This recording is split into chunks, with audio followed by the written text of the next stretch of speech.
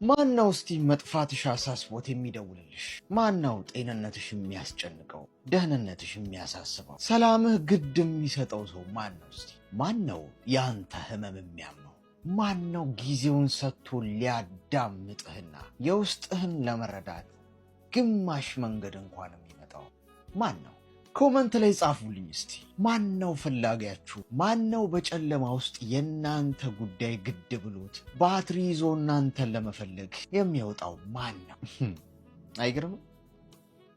ማንም የለም።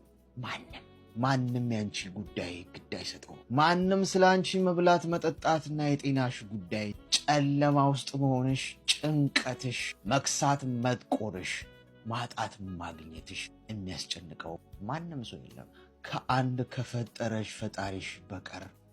ማንም እስከ መጨረሻው ድረስ አይጠብቅሽም። ማንም ሰው ምንም አይነት ሁኔታ ውስጥ ብትገቢ፣ ብትቆሽሺ፣ ብትሸቺም ጭምር ያንን ሁሉ ታግሶ አንቺን ለማቀፍ የሚመጣ ማንም ሰው የለም።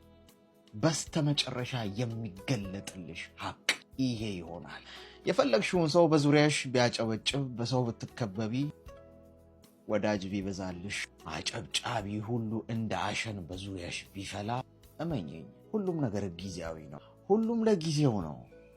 አንድ ቀን ባዶሽን ትቀሪያለሽ። ማንም ሰው በዙሪያሽ አይኖርም። ብቻሽን ፊት ለፊት የምትጋፈጭበት ቀን ይመጣል። በዚህ ሁሉ ጊዜ ውስጥ ግን የማይተውሽ፣ የማይሰለችሽ፣ የማይጥልሽ ከነቆሻሻሽ እንኳን የሚቀበልሽ አንድ ፈጣሪ ብቻ ነው። በዛ ብቻ ነው እርግጠኛ ልትሆኝ የምትችይው። ምክንያቱም በአምሳሉ ጠፍጥፎ የሰራሽ የራሱ የእጅ ስራ ስለሆንሽ በጭራሽ ሊተውሽ አይችልም። በጭራሽ